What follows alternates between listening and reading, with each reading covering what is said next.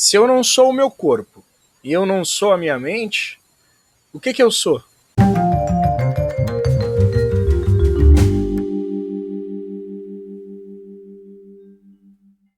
Você já deve ter escutado várias vezes que você não é o corpo e você não é a mente, não é?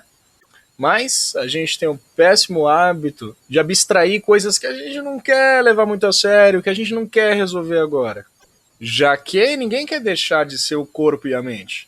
Ninguém quer abrir mão dessas identificações logo de cara. Primeiro a gente quer a parte boa, né? Cadê minha bem-aventurança? Cadê o fim do meu sofrimento? Cadê meus poderes mágicos? Quando é que eu vou poder esfregar na cara das pessoas que eu sou uma pessoa realizada, que eu entendi como é que funciona o mundo? Depois eu vejo esse negócio de não ser o corpo. Deixa primeiro eu pegar a parte legal, interessante, e depois eu resolvo esses probleminhas. Afinal, o corpo, a mente é só um detalhe, né? Vamos resolver isso aí de uma vez. Vamos assumir por um momento que existe um mundo externo e existe um corpo, e dentro desse corpo a gente tem um cérebro produzindo uma mente. Lembra desse bloco de consciência que eu fico falando o tempo inteiro? Esse bloco de consciência aqui, pessoal, intransferível, que é só seu e você vive dentro dele para sempre, o tempo inteiro? Se você não lembra, não sabe do que eu estou falando, eu já falei disso em vários vídeos, inclusive no vídeo anterior. Dentro do seu cérebro, existe um bloco de consciência que você chama de mundo, que é basicamente toda a vida que você conhece. E esse bloco de consciência é construído do quê? De impressões externas, do resultado da interação dos sentidos com o mundo externo. Agora vem a parte interessante. O que você chama de mundo, olha em volta, isso aqui, que você chama de mundo, é somente o resultado da interação desses sentidos. É óbvio, mas de maneira de perceber não parece. Eu tenho certeza que para a grande maioria de vocês, e até para mim também, eu sempre uso esses exemplos de maneira pessoal, num primeiro momento parece que eu sou um corpo e existe um mundo externo fora de mim. Mas não é isso. E eu não estou falando agora de espiritualidade, eu estou falando, assumindo a existência de um corpo com um cérebro e uma mente dentro. Isso aqui é o resultado dessas interações de sentidos acontecendo dentro da sua mente. Então, se você quiser chamar o cômodo onde você estiver de escritório, de sala, de quarto, de rua, é melhor você chamar de mente. Porque isso aqui que eu estou vendo é minha própria mente. Eu estou dentro da minha própria mente. Isso aqui é o resultado da interação dos meus sentidos que formam esse bloco de consciência. Eu nunca vou poder provar que o mundo supostamente externo é igual ao que eu estou vendo aqui. Será que o meu verde é o seu verde? A gente nunca vai saber, porque o bloco de consciência de cada pessoa é pessoal. E isso aqui é o que está rolando dentro da minha mente. Eu nunca acesso de maneira direta ao mundo externo. Quando você junta audição, visão, olfato, paladar, tato, você tem esse bloco de consciência, que a gente chama de mundo. Que é, como eu já disse, apenas a junção desses estímulos. Então seria como se a gente pegasse um monte de bloquinho de Lego e cada sentido tem a função de formar parte desse mundinho formado de bloquinhos e a gente junta todos os bloquinhos, pum, temos um mundo. E logicamente, alguém que tem algum tipo de dito deficiência sensorial vai experimentar um mundo diferente. Uma pessoa que não tem visão não vai ter esse estímulo visual. Uma pessoa que não tem audição não vai ter o estímulo sonoro. Mas o princípio é o mesmo. Ela está dentro do bloco de consciência dela com as limitações dela, que são limitações sensoriais. Mas o princípio do bloco de consciência é o mesmo. Mas a gente precisa incluir mais um sentido aí, que é a mente. Como eu já falei em algumas tradições orientais, a mente é considerada um sentido, o que eu concordo. Porque a mente também é resultado dos estímulos das interações externas. A principal diferença é que a mente não é muito bem dividida, ela sai se metendo em todos os sentidos. Diferente, por exemplo, da audição e da visão, que são muito bem separáveis. A mente engloba tudo, se mete com tudo e atrapalha tudo, mas também é um sentido. Agora vem a parte crucial. Você é a sua audição? Você é a sua visão? E o olfato, o paladar, o tato? Não, né? Você é só a testemunha desses sentidos. Você não é eles. Você é a sua mente? Obviamente não, né? Senão a gente só teria pensamento feliz, a gente viveria em êxtase no paraíso. A mente funciona de maneira automática e também é um sentido. E você não controla a maneira como ela funciona. Mas, peraí, se eu não sou os sentidos e nem a mente, e basicamente o mundo que eu experimento só é isso, o mundo que eu experimento é apenas sentidos, o que sobra? Onde está esse eu que eu sinto que eu sou? Por algum motivo, existe um senso de existir em você que experimenta esses sentidos. Na verdade, você é aquele ponto em que todos os sentidos convergem e se juntam e diz, eu sou isso. Mas cadê esse eu que fala eu sou? Essa falsa identificação com esse aparente mundo externo e consequentemente com o corpo e tudo mais, vem da proximidade do seu eu real com essa aparência de mundo. Observe o seguinte, todos os sentidos se juntam em um só bloco de consciência. Tudo que existe é esse bloco de consciência. E como eu falei no vídeo anterior, todo o resto que você imagina, outros blocos de consciência, outras pessoas, outros mundos, outros lugares além do momento presente, é imaginação.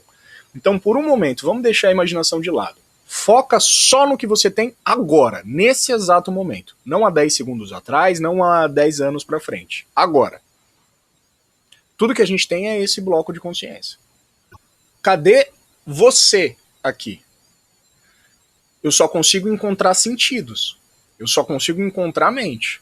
Cadê o eu nisso tudo? Cadê essa entidade individual que sofre e nasceu e vai morrer? Cadê?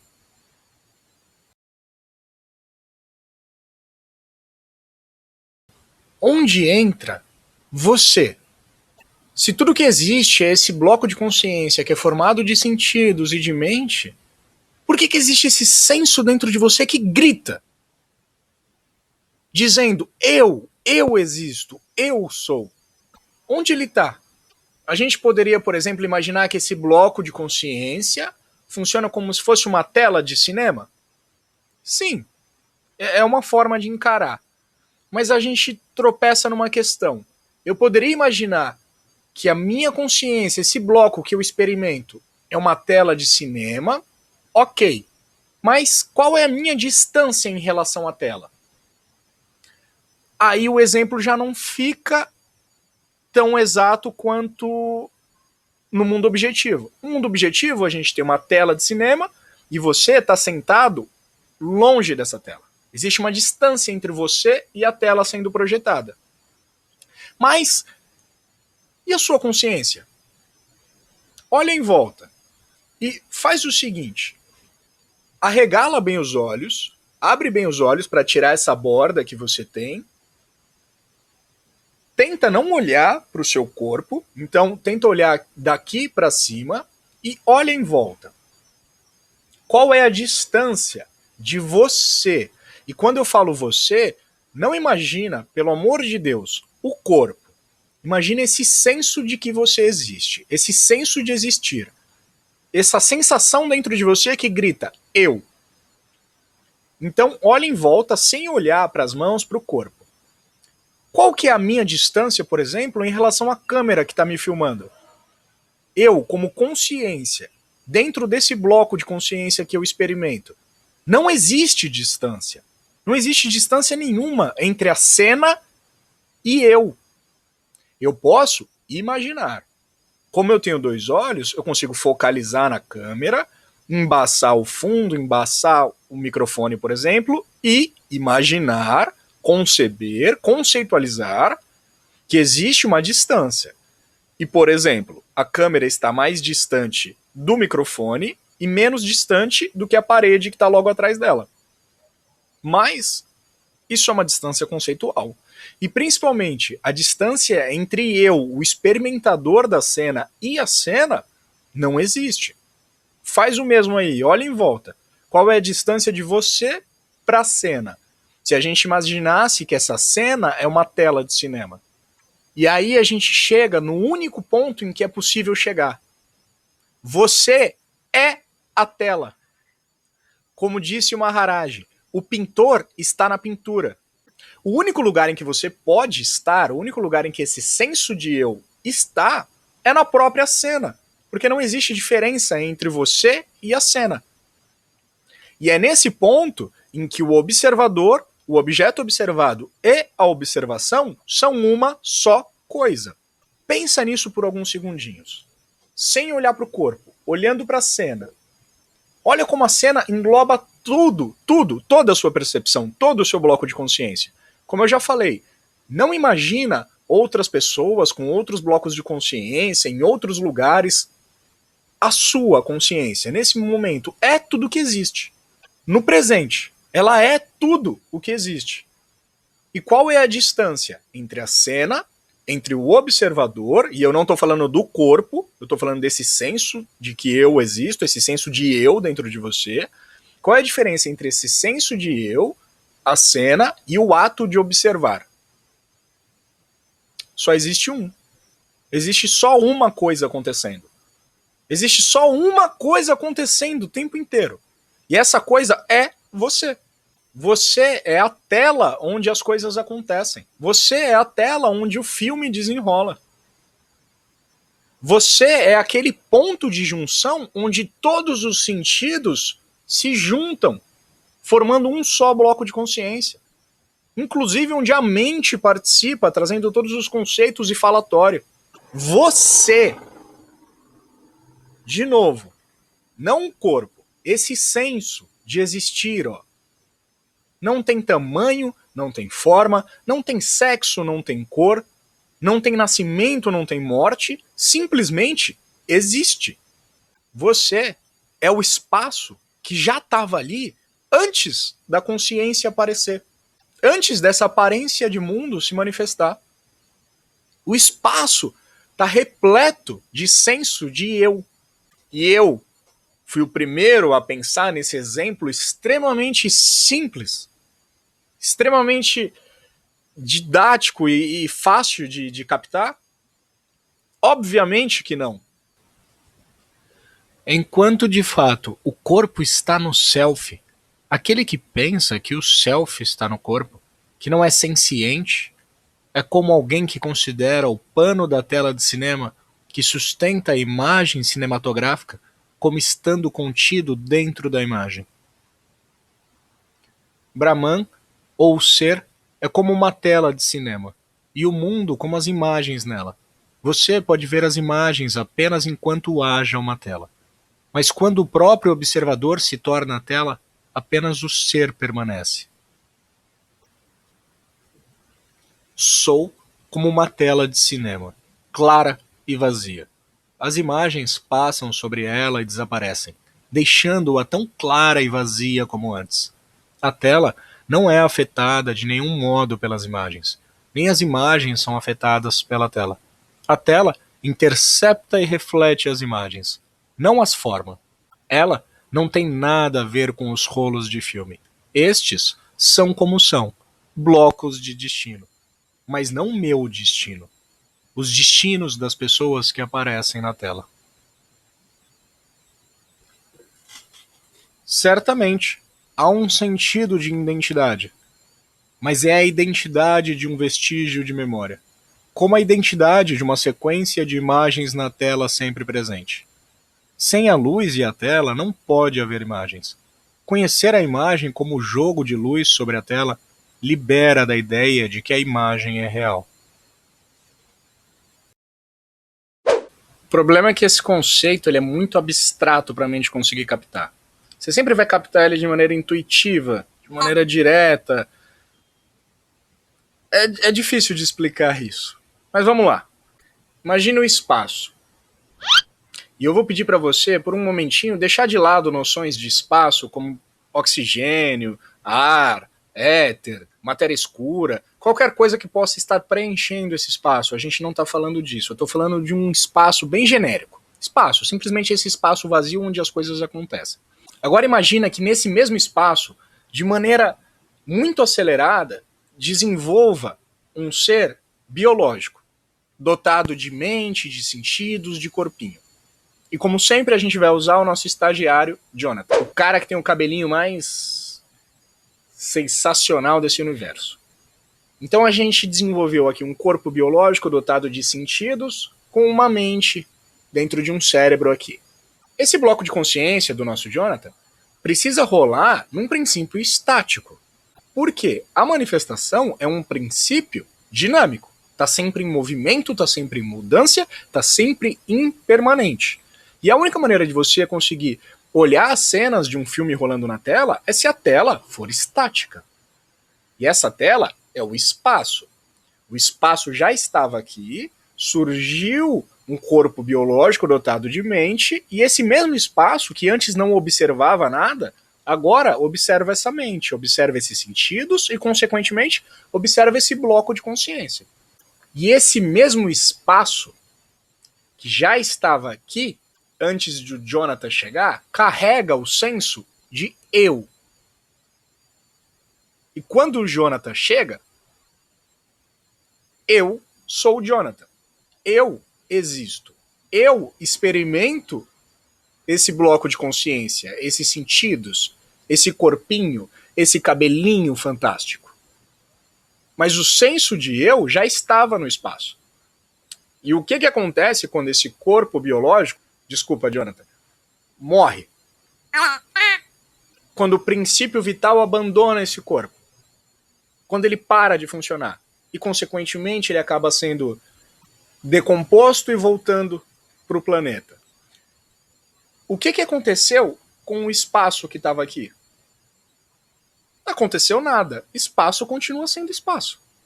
E qual é a potencialidade desse mesmo espaço de abarcar outras consciências dotadas de sentido e de mente?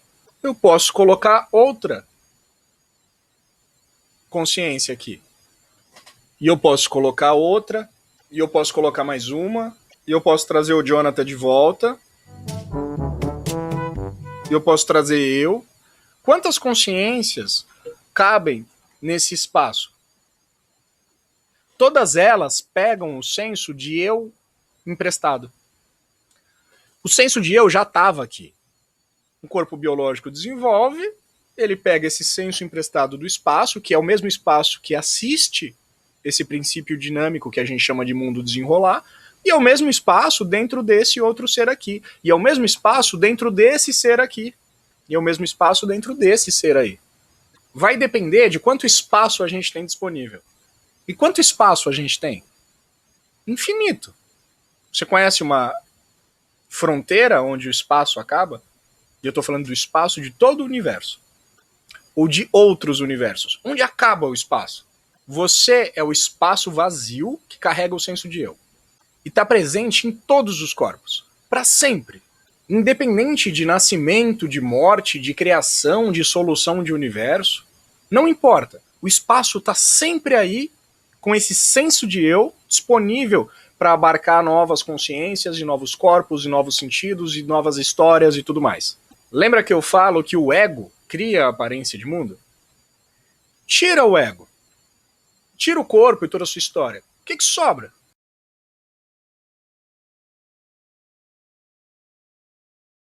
O espaço, sem nada para testemunhar. Nem tempo. É a mesma experiência do sono profundo. Quando o filme do corpo para de rolar porque ele dormiu, o que você, com o seu senso de eu, experimenta? Nada. Você mesmo. E nesse nada não tem tempo, não tem espaço, não tem história. é só bem-aventurança. O senso de eu é carregado de bem-aventurança. E antes que a sua mente entre com a noção de eu, mas eu, esse corpo. Não. Fecha um pouquinho os olhos, observa o que é esse senso de eu. Você realmente sabe o que é esse senso de eu? Ou você simplesmente assume como sendo o reflexo através desse corpo e dessa consciência? Observa, de onde vem esse senso de eu? Ele tem forma, ele tem tamanho, ele tem idade, ele tem sexo, ele tem cor, ele tem algum tipo de atributo? Há quanto tempo ele está aqui? Ele acompanha a sua vida inteira. Ele acompanha a sua vigília, seu sonho, seu sono profundo. O que é esse senso de eu? E eu quero que você lembre que no início do vídeo eu falei, vamos assumir por um momento que existe um mundo externo e existe um corpo, e dentro desse corpo a gente tem um cérebro produzindo uma mente. E aí? Existe um mundo externo? Existe um corpo? Existe um cérebro dentro desse corpo dotado de uma consciência, de uma mente? Existem os órgãos de sentido? Ou parece que existe? E principalmente, parece para quem? Essa questão existe para o espaço infinito?